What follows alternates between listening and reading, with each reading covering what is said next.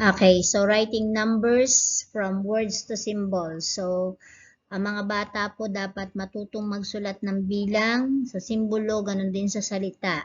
So, papaano po yun ginagawa? Kung ano ang basa, siya ang sulat. So, unahin natin yung pinakamalaking place value, 4,000. So, ang ilagay dito ay 4. Tapos, ilalagay dito ang sunod, 300. So, ang ilalagay doon ay 3.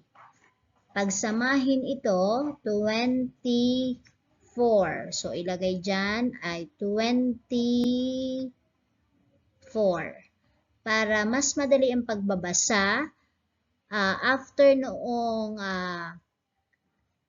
nasa hundreds at saka thousands place, sa gitna noon, lagyan ng kuwit. So, 4,324. Pangalawang example, 82,000. So, ilagay dito sa guhit, 82.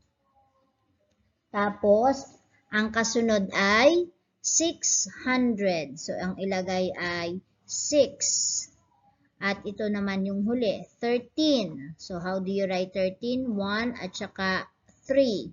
So, kada ulit tatlong digit, 1, 2, 3, lagyan dito ng kuwit. So, 82,613. Bigyan nyo po ang mga bata ng maraming halimbawa sa bahay, diktahan po ninyo, tapos ipasulat nyo sa kanya para siya ay ma-practice at marunong magsulat ng bilang.